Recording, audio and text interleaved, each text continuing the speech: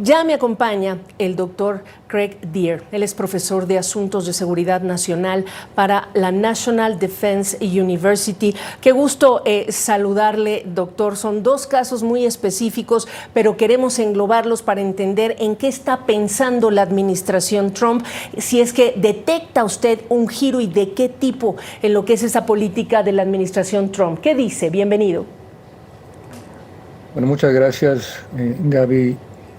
Buenas noches a todos. Y si me permites, antes de empezar, quisiera aclarar que soy un empleado federal, pero no hablo como portavoz del Pentágono ni promuevo la política de los Estados Unidos, sino que mi postura acá es como profesor, hablo a título personal para dar un análisis, una perspectiva, no la perspectiva estadounidense.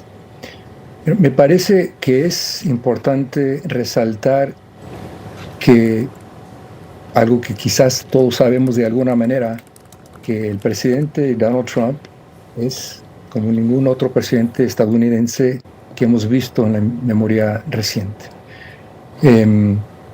Yo me atrevo a pensar que desde que está Ronald Reagan como presidente en los años 80, que tenía una postura muy ideológica, anticomunista.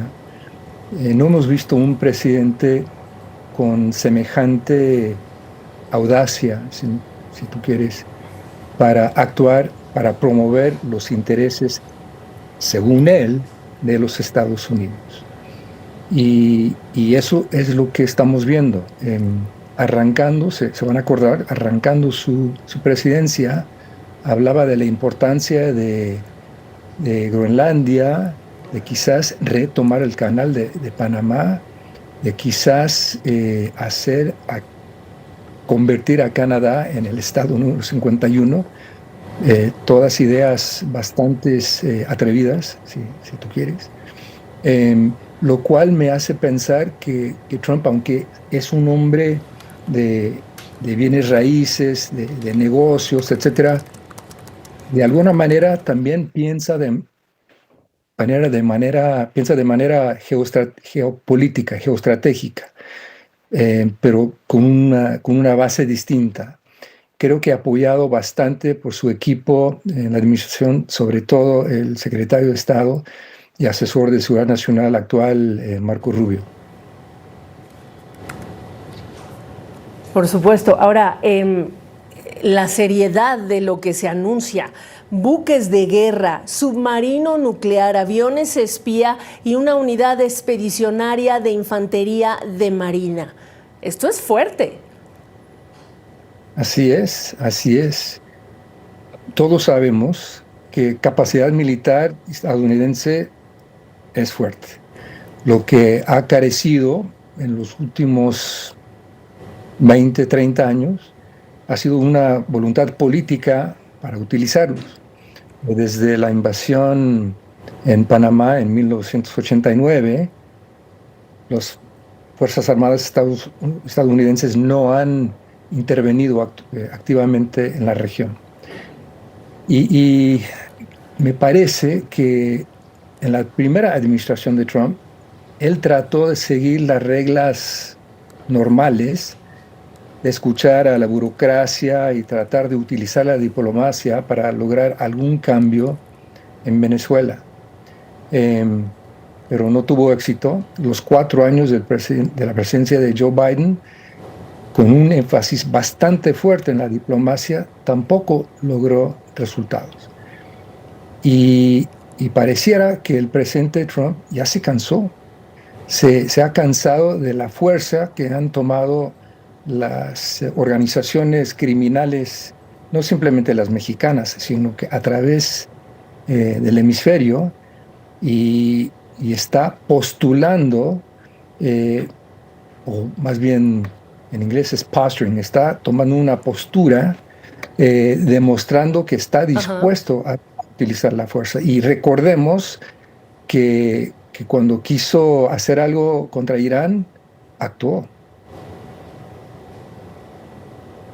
Ahora, resulta interesante también porque hablamos de colaboración con México, en el caso digamos, de la directriz de la DEA en términos de colaboración, pero al mismo tiempo estamos hablando de un presidente que piensa mucho más en seguridad nacional, en un asunto nacionalista. ¿Cómo se entiende, pensando en la estrategia como investigador, de este presidente, un asunto más nacionalista, y la colaboración queda acomodada de otra forma? Sí, concuerdo con tu término de nacionalista. MAGA, Make America Great Again, es un enfoque muy nacionalista. Tuve la oportunidad de participar en la Casa Blanca brevemente en la primera administración de Trump y me di cuenta que casi toda decisión política con respecto a un vecino, ya sea Cuba, México, Canadá, lo hacía desde una perspectiva netamente estadounidense. Entonces, y así sigue, pero con mayor audacia. Mira, él está completamente dispuesto a colaborar siempre y cuando el vecino concuerda con él y quiere colaborar a su manera, pero si no, pareciera que está dispuesto a actuar de manera unilateral. Profesor, como investigador, mucho se ha hablado por años de la fallida guerra de Estados Unidos contra las drogas. ¿Qué representa entonces este capítulo dentro de esa estrategia de décadas de lucha contra las drogas, cuando estamos hablando ya también de un crimen organizado mucho más sofisticado, más extendido en la región, tráfico de personas, armas, cocaína, etcétera? Sí, francamente es algo sumamente preocupante y yo me atrevo a decir que no es simplemente una guerra fallida de los Estados Unidos, es una guerra fallida de la mayoría de los países del mundo que desde el siglo pasado, a medianos de 1910, se decide de tomar la cuestión del consumo de drogas no como una cuestión de salud pública, sino como una cuestión criminal. Y desde que se criminalizó todo ese esfuerzo, pues hemos visto los resultados. Me parece que es una guerra sumamente difícil de ganar, pero políticamente en muchos países es muy difícil promover la legalización. Entendemos eso.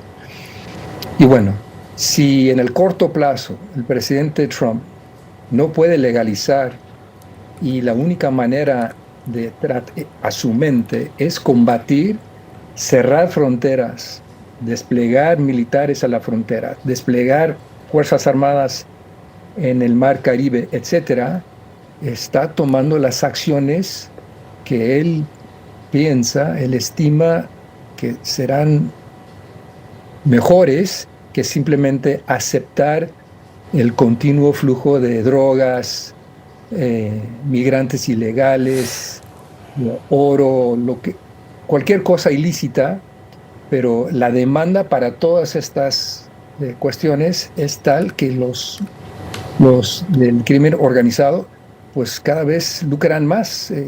Hay estimaciones que el año pasado fue el mejor año en la cuestión del tráfico de cuestiones ilícitas en el mundo.